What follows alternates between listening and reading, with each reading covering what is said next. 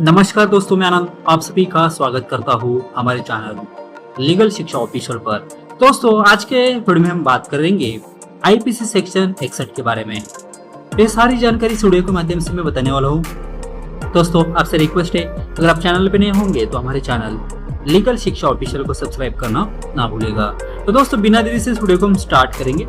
सबसे पहले मैं आपको बताना चाहूंगा, आईपीसी की धारा 61 यानी सेक्शन 61 में संपत्ति को जब्त किए जाने यानी फॉरफीचर ऑफ प्रॉपर्टी की सजा यानी सेंटेंस का प्रावधान हुआ करता था। तो चलिए जानते हैं कि आईपीसी की धारा 61 इस बारे में क्या बताती थी। दोस्तों, आगे बताना चाहूंगा, भारतीय दंड संहिता में अपराध यानी ऑफेंस और उसकी सजा यानी पनिशमेंट के प्रावधान यानी प्रोविजन मौजूद है। साथ ही अन्य मामलों यानी केसेस की कानूनी जानकारी यानी लीगल इंफॉर्मेशन भी आईपीसी में मिल जाती है। ऐसे ही आईपीसी की धारा 61 यानी सेक्शन 61 में संपत्ति को जब्त किए जाने यानी फॉरफीचर ऑफ प्रॉपर्टी की सजा यानी सेंटेंस का प्रावधान हुआ करता था। लेकिन चलिए जानते हैं कि आईपीसी की धारा 61 इस बारे में क्या बताती थी। दोस्तों, आगे बात करेंगे आईपीसी की धारा 61 यानी आईपीसी सेक्शन 61 की डेफिनेशन के बारे में। तो दोस्तों, आपको आसान भाषा में बताना चाहूंगा, भारतीय दंड संहिता यानी इंडियन पेनल कोड की धारा 61 यानी सेक्शन 61 में संपत्ति को जब्त किए जाने की सजा के बारे में जानकारी मिलती थी। आईपीसी की धारा 61 के अनुसार हर संपत्ति के समपहरण का दंडादेश यानी sentence of forfeiture of property हुआ करता था। लेकिन भारतीय दंड संहिता के समपहरण का दंडादेश भारतीय दंड संहिता संशोधन अधिनियम 1921 यानी Indian Penal Code amendment act 1921 की धारा 4 के तहत इसे निरसित कर दिया गया था।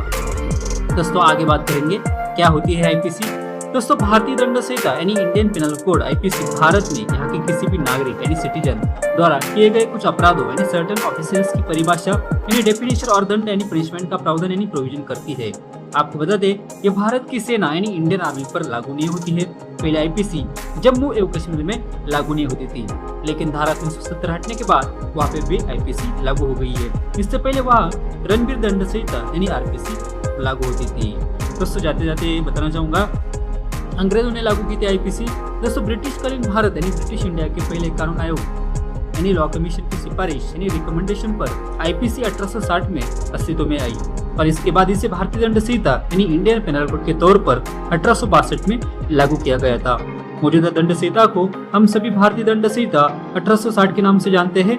इसका खाका लॉर्ड मैकॉले ने तैयार किया था। बाद में समय समय पर इसमें कई तरह के बदलाव किए जाते रहे।